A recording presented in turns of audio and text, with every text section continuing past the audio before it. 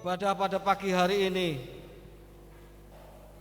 kita lakukan dengan pengakuan bahwa pertolongan kita datang dari Tuhan pencipta langit dan bumi serta segala isinya. Tuhan yang tidak pernah meninggalkan perbuatan tangannya. Turun kita kasih karunia dan damai sejahtera dari Allah Bapa, Putra dan Roh Kudus. Haleluya. Kami menyerahkan ibadah ini ya Tuhan di dalam tangan penguasaan-Mu. Biarlah Engkau yang dimuliakan dalam ibadah ini, dan biarlah Engkau yang memberkati kami semuanya. Bahkan Engkau sudah memberkati kami. Maka izinkanlah kami ya Tuhan untuk menikmati hadirat Tuhan, bersama-sama boleh merasakan kekuatan, pemulihan, pembaharuan yang dikerjakan oleh Tuhan melalui ibadah ini.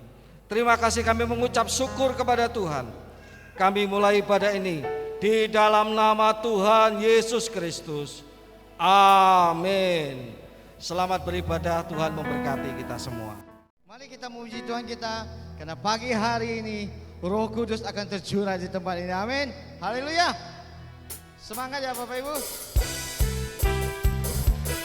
Kalau memuji Tuhan kita harus luar biasa, dengan sukacita.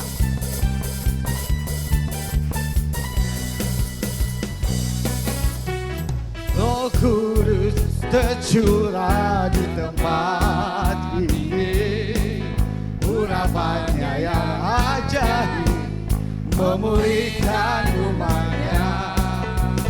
Roh Kudus tercurah bagi gerejanya, membangkitkan umat pilihannya.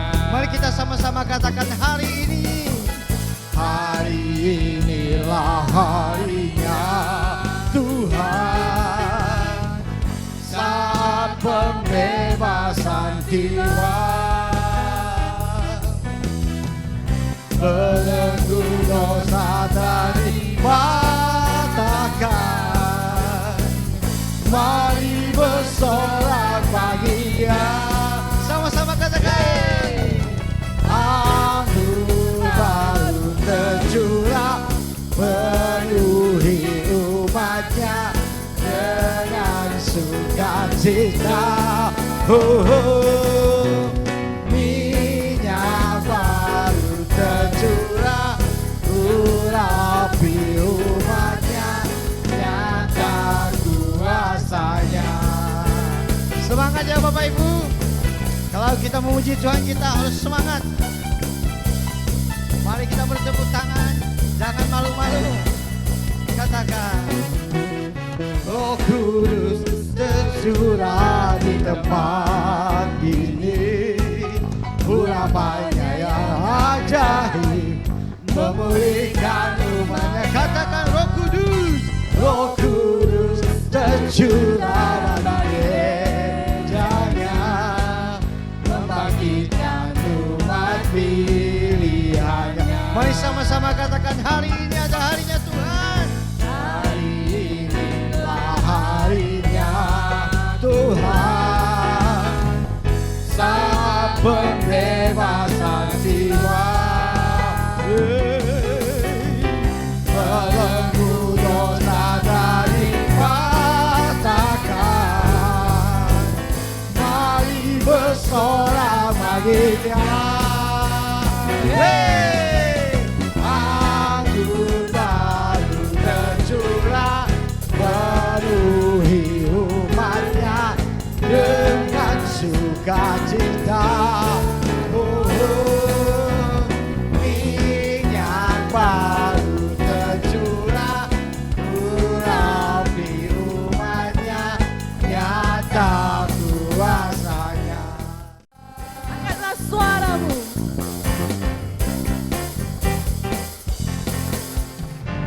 Angkatlah suaramu, puji dan serukan nama Yesus. Nyanyikan sebangku, tak perlu kau berlatih, tak Dia sanggup. Gerakkan kakimu, menari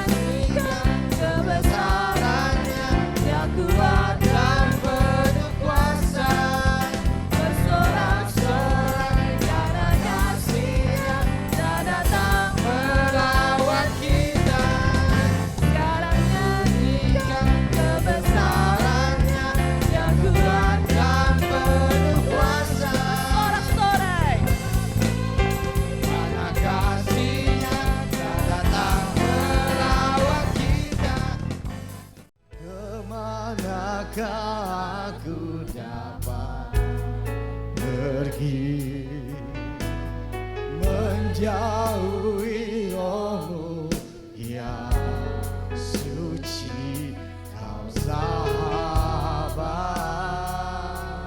Katakan kau dekat dan kau dekat.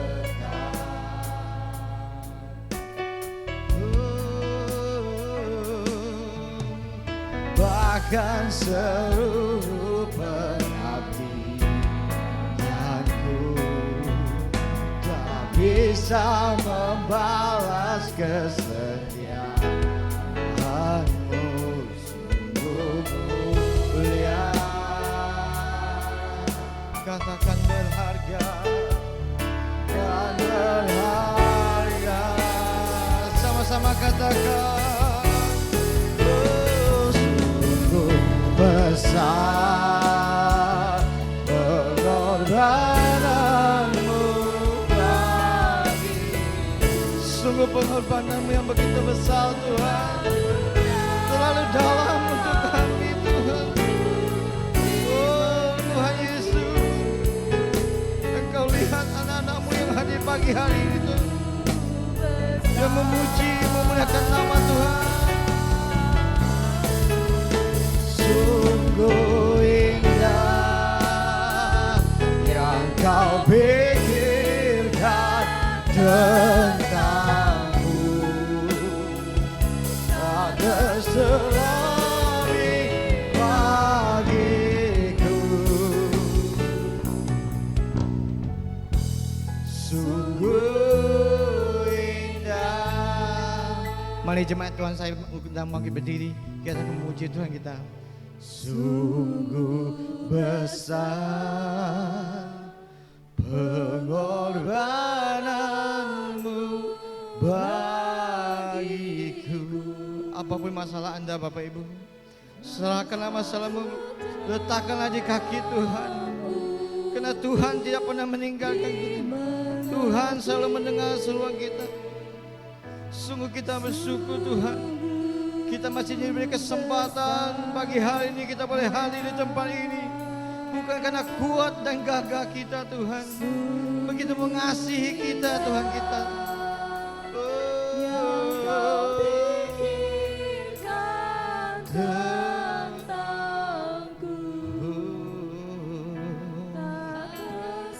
Selami bagiku, katakan sungguh indah.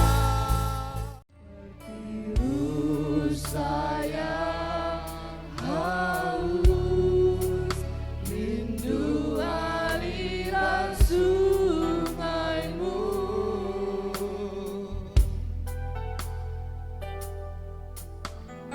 Hatiku tak tahan menunggumu bagai padang gersang.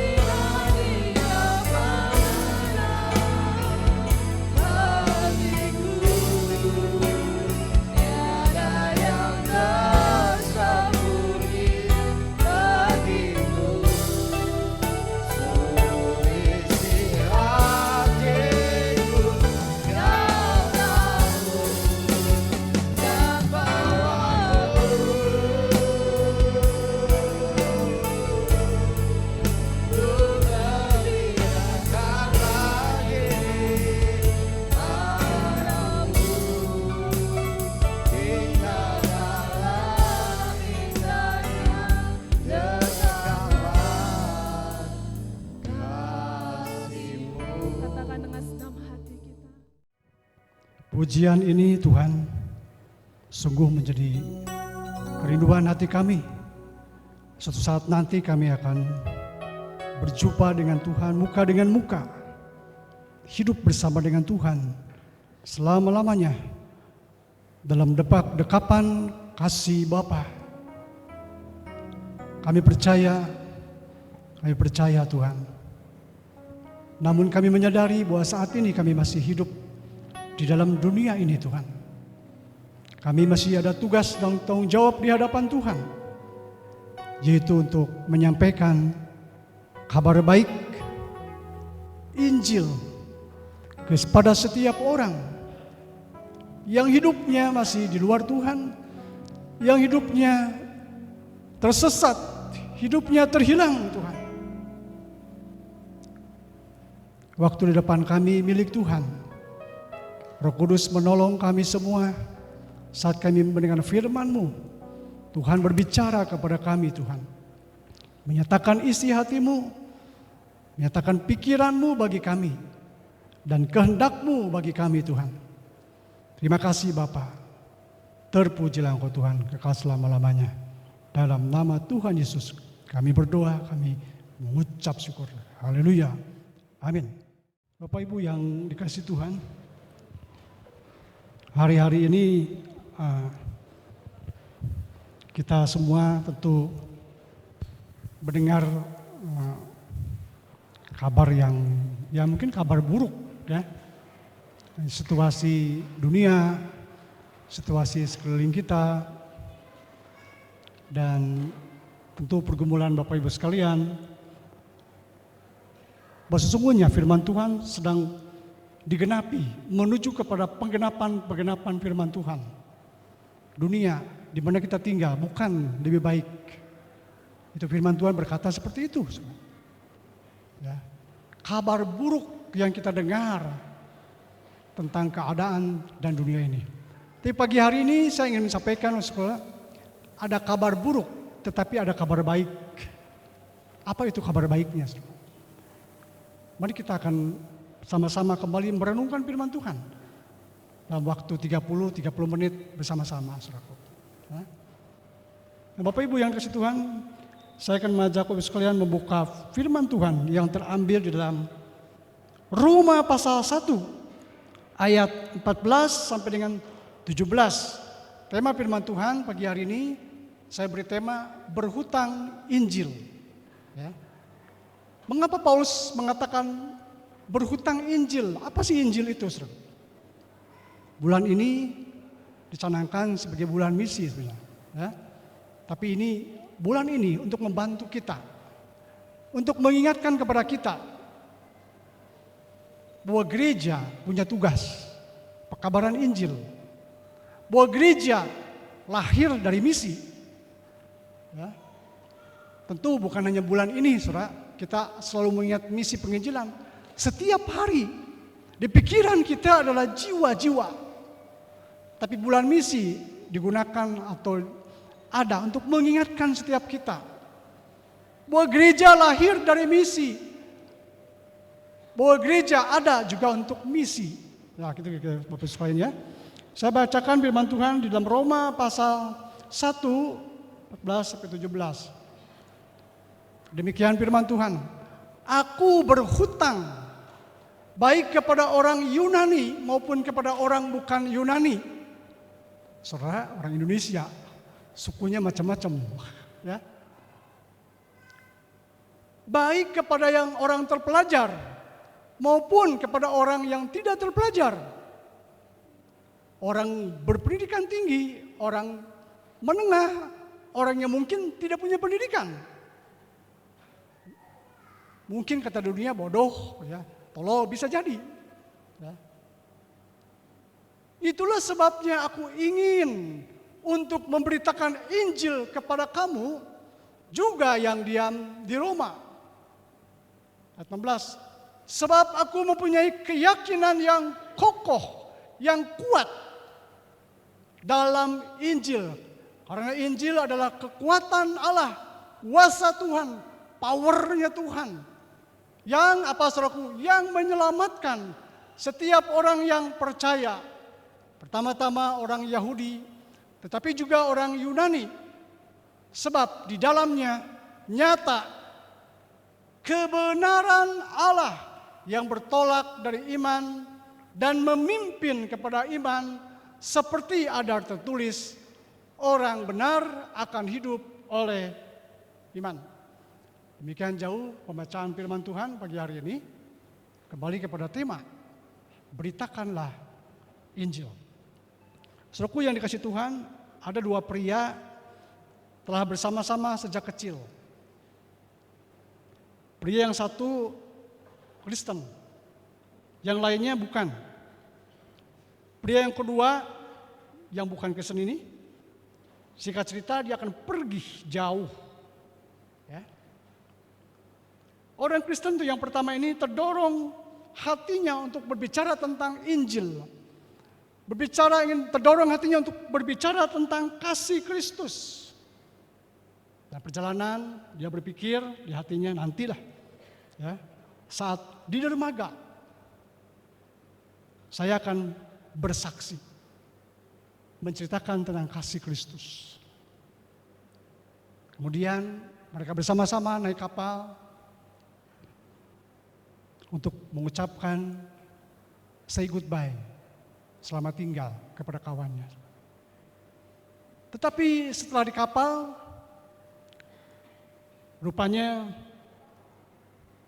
dia belum juga berbicara tentang kasih Kristus. Nantilah, sambil saya bawa koper masuk ke bagasi, ya, saya akan bicara nanti. Tapi kemudian ada kuli yang biasa suka pikul-pikul barang itu, ya, mengambil barang-barangnya. Aduh, tidak ada kesempatan lagi nih. Singkat cerita, juga kemudian ada suara pemberitahuan semua pengunjung atau ya pengantar harus turun, ya, harus keluar dari kapal. Tidak ada kesempatan untuk menyampaikan berita kasih Tuhan itu.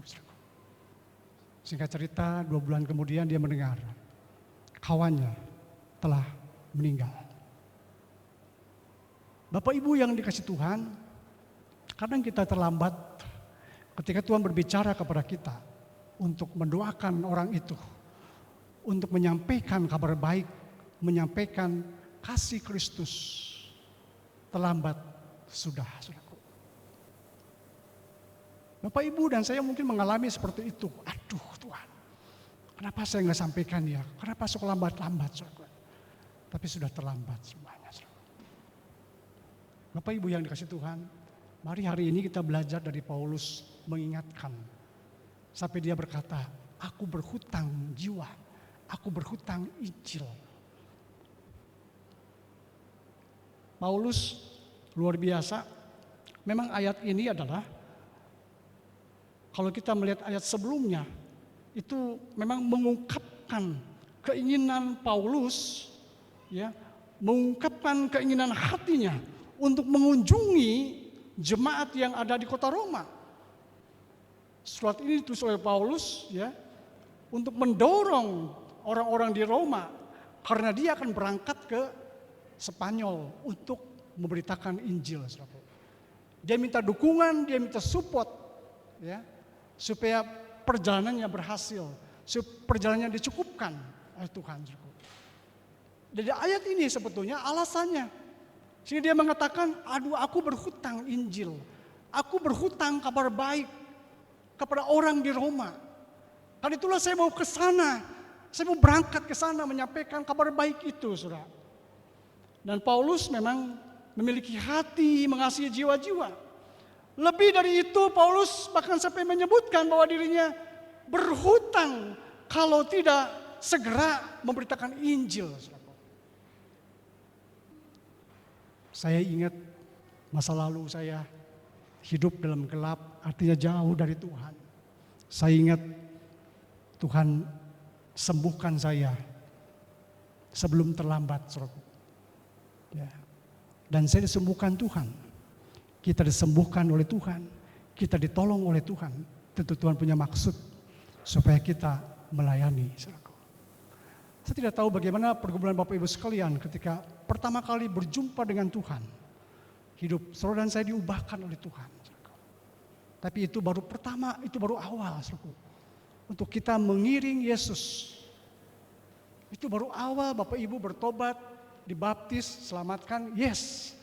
Tetapi itu baru awal. Tuhan punya rencana bagi hidup Bapak Ibu dan saya. Untuk meneruskan, untuk melayani jiwa-jiwa. Bapak Ibu mungkin bukan penginjil, bukan pendeta, tapi kata firman Tuhan, kita semua adalah saksi Kristus. Amin Bapak Ibu, saksi Kristus. Ada orang yang dipanggil secara khusus menjadi pendeta, seperti kita ya dipanggil khusus. Saya tidak ada cita-cita jadi pendeta, tidak ada. Ya, cita-cita saya yang lain. Tapi ada orang dipanggil khusus menjadi pendeta, menjadi penginjil, saudaraku. Bapak Ibu mungkin tidak dipanggil khusus itu, saudaraku. Tetapi Bapak Ibu dan saya ada saksi Tuhan. Saksi seperti bagaimana Tuhan mengubah hidup Bapak Ibu dan saya. Kita menceritakan itu, ya Tuhan mengubahkan hidup saya. Tuhan sudah menyelamatkan saya. Tuhan sudah mengampuni saya. Yes, ini kabar baik. Ya, ini kabar baik. Nah, kembali lagi, Paulus kita bisa belajar dari sana. Kata berhutang itu di King James Version menggunakan kata debitor. Atau orang yang berhutang. Aku berhutang, Paulus menyadari saya punya utang. Saya harus bayar utang itu. Kalau bicara utang, ada orang yang berhutang, duit, cicilan rumah, cicilan mobil, dan sebagainya. Ya, itu harus dibayar, walaupun mungkin yang terpaksa. Tapi berita Injil nggak terpaksa. Berita menyampaikan Injil tidak ada kepaksaan, saudaraku. Kerelaan, dan Paulus rela. Ya, bahkan dia rela mati bagi Yesus. Tokoh-tokoh Alkitab para martir banyak macam-macam hidupnya, endingnya. Di zaman-zaman gereja mula-mula, Paulus dipenggal kepalanya. Petrus disalib terbalik karena merasa tidak layak dengan Yesus. Ada yang digoreng di penggorengan, ngeri, saudara. Thomas di India ditombak. Dan banyak lagi tokoh-tokoh Alkitab. Mereka menderita karena imannya kepada Kristus. Saudara. Hari ini Bapak Ibu dan saya, seberat apa penderitaan kita? Sesulit apa penderitaan kita, saudaraku? Mungkin belum seperti mereka-mereka, saudaraku. Tapi kita tidak berharap tentu saja, saudaraku. Ya kan, tidak berharap seperti rasul-rasul itu. Tapi kalau Tuhan izinkan, ada banyak juga orang-orang seperti itu di lapangan, orang-orang misi. Hanya karena imannya kepada Kristus, ditolak, dianiaya, bahkan dibunuh. Nah Bapak Ibu yang dikasih Tuhan, kita melihat apa sih makna Injil? Ini makna ini Injil.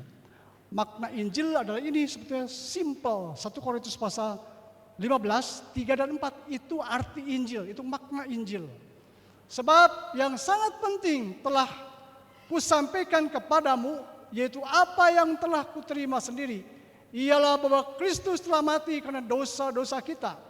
Sesuai dengan kitab suci, bahwa ia telah dikuburkan dan bahwa ia telah dibangkitkan pada hari yang ketiga. Sesuai dengan kitab suci, inilah makna Injil. Kita mengingatkan kembali, saudaraku.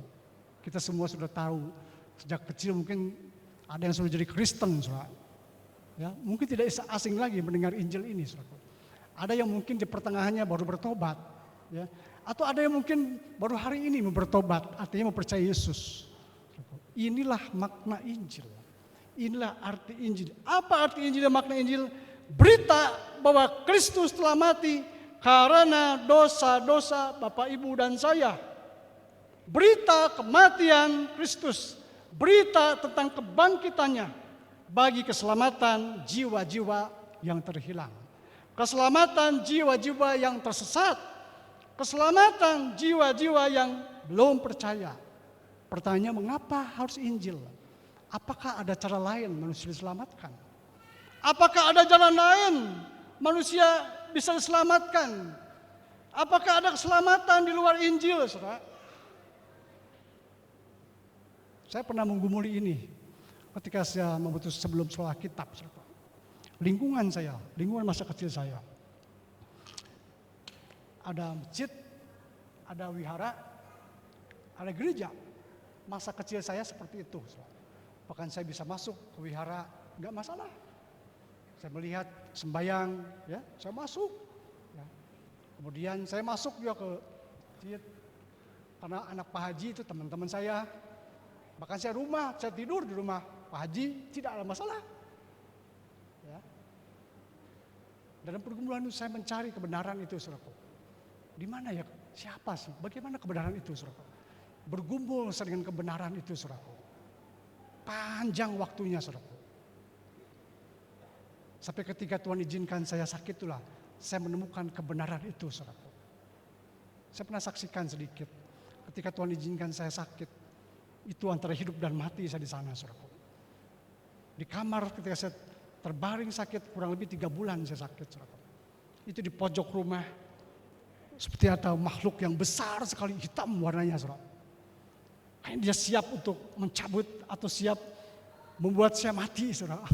Ya, merenggut nyawa saya, saudara. Dan saat itu saya goncang, saya takut, saudara. Takut apa? Saya takut mati, saudara. Kalau saya mati kemana? Saya belum lahir baru. Saya belum mengenal kebenaran. Dan saya tahu kalau saya mati, saya masih masuk neraka, saudara. Tapi Tuhan itu luar biasa, saudara. Waktu Tuhan tidak pernah terlambat, saudara. Tuhan utus ada penginjil. Tuhan utus ada pendeta datang ke rumah.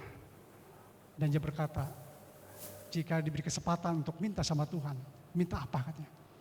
Langsung saudara. Saya minta sembuh Tuhan. Dan saya waktu itu bernasar. Tuhan, kalau saya sembuh, semangat kan? Saya mau melayani Tuhan. Saya mau dipakai Tuhan. Cinta yang menggebu-gebu, semangat saudaraku. Butuh waktu untuk sembuh memang, proses saudara. Ya, mujizat Tuhan tetap masih ada sampai hari ini. Amin Bapak Ibu.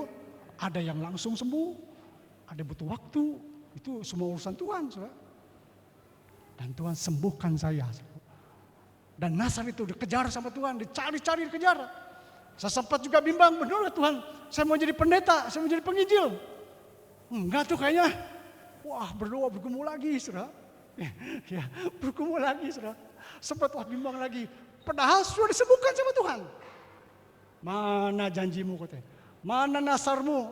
Aku kejar, aku cari, kata saudara. Dikejar-kejar sama Tuhan. Hati ini gelisah, saudara. Gelisah, bimbang. Mulai berubah. Enggak kayaknya, enggak. Tuhan tunggu, Tuhan sabar. Sampai betul-betul digenapi, saudara. Saya tidak tahu apakah hari ini ada bapak ibu yang bernasar sama Tuhan. Janji sama Tuhan. Untuk apa? Dalam percakapan saya di motor dengan anak saya Jason dia tanya saya, kalau seandainya Adam dan Hawa itu nggak makan buah terlarang, apakah kita hidup selama-lamanya? Yes, saya bilang, kita hidup selama-lamanya. Belum ada dosa waktu itu. Saya katakan ke anak saya. Karena tidak taat itulah manusia jatuh dalam dosa, bahkan mati. Oh iya katanya. Saat itu memang belum langsung mati kan, belum. Tapi keterpisahan hubungan antara manusia dengan Tuhan menjadi terpisah dan siap dihukum karena dosa-dosa itu.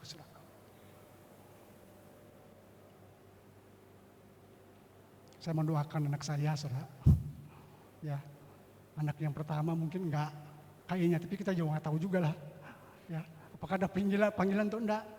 Ya, tapi anak yang kedua sepertinya ada ke sana. Saya katakan, yang terindah itu udah melayani Tuhan, saudara.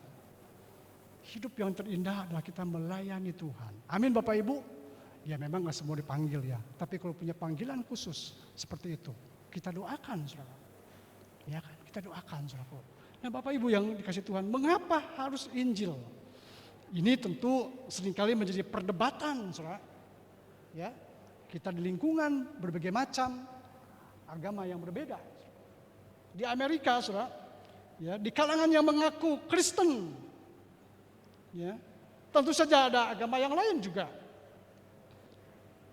Surat kabar terbesar di Amerika, Star Tribune, ya. Dia menulis artikel, ada artikel yang menulis begini, saudaraku, yang menolak perlunya iman kepada Kristus itu tidak perlu lagi, saudaraku. Dia menolak, ya. Disebut refleksi atas covenant dan misi, ya. Refleksi perenungan atas janji Tuhan berkaitan dengan misi dan penginjilan. Tujuannya orang-orang ini apa, saudara? Usaha untuk membuat orang Yahudi bertobat tidak lagi diterima secara teologi, katanya begitu, ya. Karena orang Yahudi sudah berada dalam covenant dengan Allah, ya. Sudah ada perjanjian dengan Allah. Dengan kata lain, ada satu jalan keselamatan yang lain bagi orang Yahudi yang menolak Kristus, dan ada jalan keselamatan yang lain bagi orang Kristen yang menerima Kristus. Yang sangat disayangkan ini kelompok-kelompok apa, saudara? Rabi dan juga pemimpin-pemimpin Katolik yang katakannya Kristen. Mereka menolak. Jadi setiap itu ada keselamatannya masing-masing. Kira-kira begitu, saudara. Ya. Tapi firman Tuhan berkata, Kisah Para Rasul pasal 4 ayat 12, dan keselamatan tidak ada di dalam siapapun juga selain di dalam Dia. Sebab di bawah kolong langit ini tidak ada nama lain yang olehnya kita diselamatkan. Amin, Bapak Ibu. Tidak ada nama lain, ya, yang olehnya kita bisa diselamatkan. Kalau ada cara lain, jalan lain, saya mau ikut, saudara. Tapi tidak ada, saudara. Mengapa harus Injil?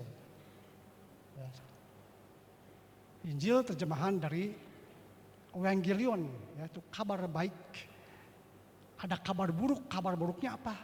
Manusia sudah jatuh dalam dosa dan tidak mungkin diselamatkan, saudaraku. Tidak mungkin bisa selamatkan, saudaraku.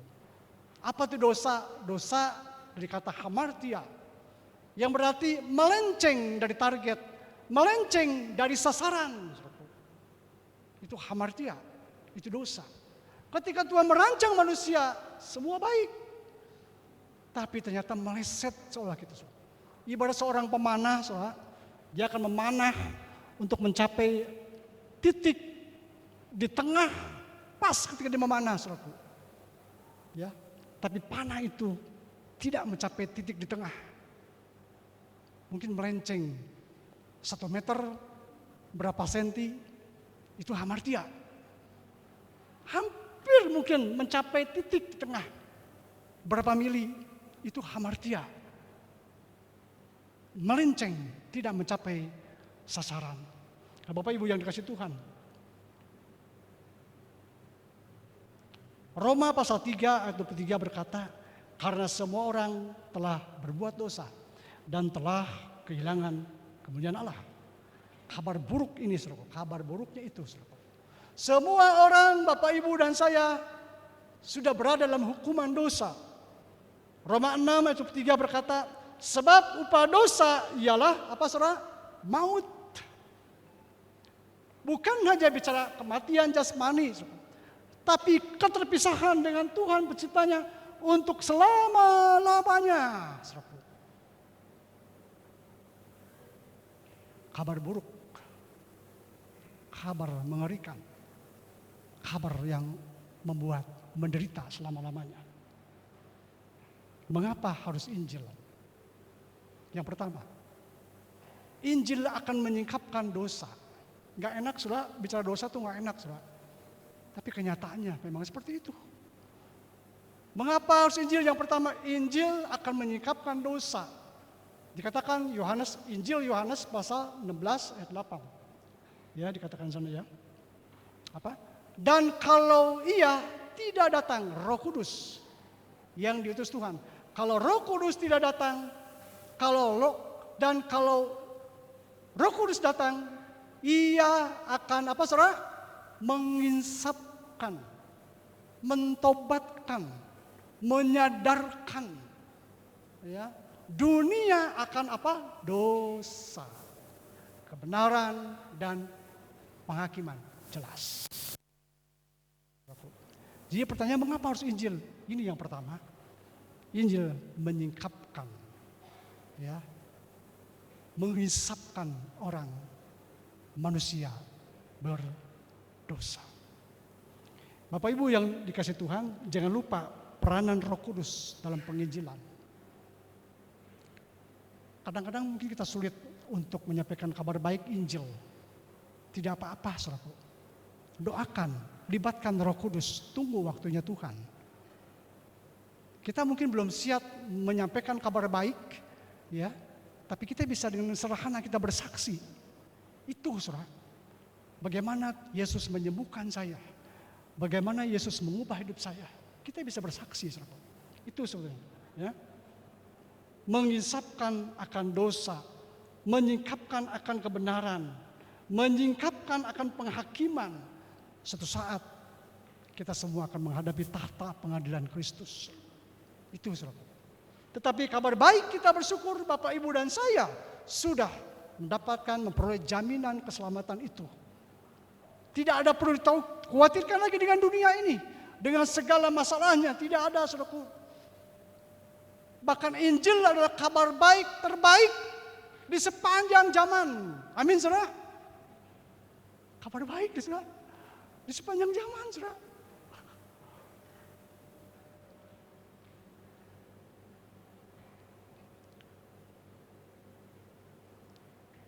Roma dikatakan di sana, Matius 24 ayat 22 berkata, dan sekiranya waktunya tidak dipersingkat, maka dari segala yang hidup tidak akan ada yang selamat, akan tetapi oleh karena orang-orang pilihan, waktu itu akan dipersingkat, diperpendek sama Tuhan. Mari kita bersama-sama ya mulai mendoakan jiwa-jiwa. Ya, tiap hari kita bisa buat list yang kita doakan, A, B, C, D. Tiap hari orang-orang itu kita bawa doakan. Mulai, mari kita mulai juga bersaksi, ya, dengan sederhana. Mulai, ya. Mungkin Bapak Ibu nggak bisa pergi di rumah, bisa mendoakan jiwa-jiwa itu setiap hari. Satu jiwa berharga di mata Tuhan. Ingat, hidup kita tidak selama-lamanya, saudara. Ya, hidup kita dibatasi oleh waktu. Manusia tidak hidup selamanya. Kita akan menuju kepada titik akhir, yaitu kematian. Tapi bagi kita yang percaya, kematian bukan akhir dari segala-galanya. Ya kan? Makanya firman Tuhan berkata, akulah kebangkitan dan hidup.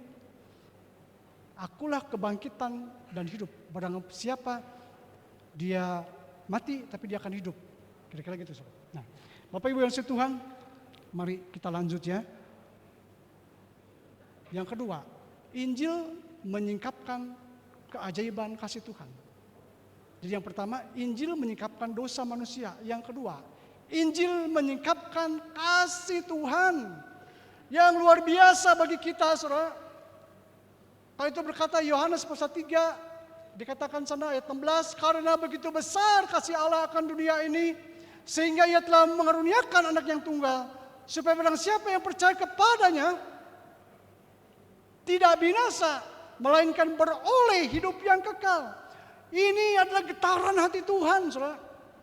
Ini adalah getaran jiwanya Tuhan, saudara. Mengungkapkan getaran isi hati Tuhan serta tujuan Tuhan. Kasih Tuhan cukup luas untuk menjangkau semua orang. Kasih Tuhan cukup luas untuk menjangkau dunia ini. Pendamaian mengalir di hati Tuhan. Di hati Tuhan sendiri yang penuh kasih. Mari kita belajar kepada kasih Tuhan itu. Roma 8 ayat 32 berkata, ia yang tidak menyayangkan anaknya sendiri, tetapi yang menyerahkannya bagi kita semua.